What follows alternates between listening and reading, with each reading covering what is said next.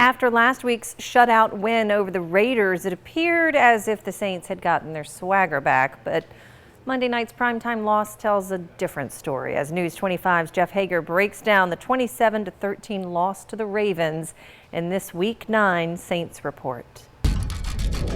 News 25 Saints Report. Sponsored by Bay Pest Control.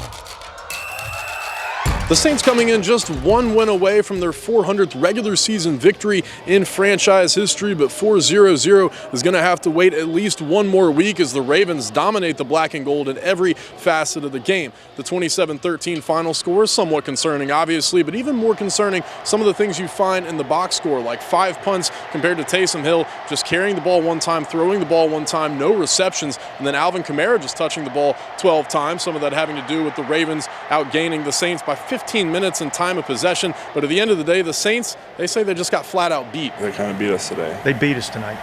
They beat us in a lot of different areas. There's a lot that wasn't good offensively tonight, and so there's a lot of dirty hands in that. Over the last, whatever it's been, 5 weeks, I think our offense has been pretty good and moved the ball effectively. This was not a good game tonight, so we'll evaluate as we move forward, but I'm looking at this as we had a bad day at the office offensively tonight, and we've got to improve from it. It's us. I mean, you can't go ahead and miss those tackles. You have to be able to make these plays.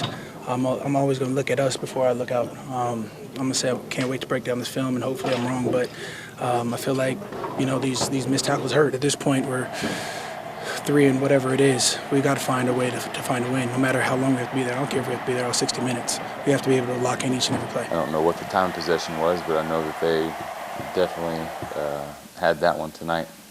And for us, you got to find ways to convert third downs. You got to find ways to keep moving the chains and different things. And we weren't able to do that tonight. I feel like we had way more opportunities to kind of get off the field. That's what make those guys offense so dynamic. Is when they're pounding the ball, being able to kind of control the clock and control the time of possession. Definitely got to figure out a way to kind of limit that going forward. In this league, a loss is a loss.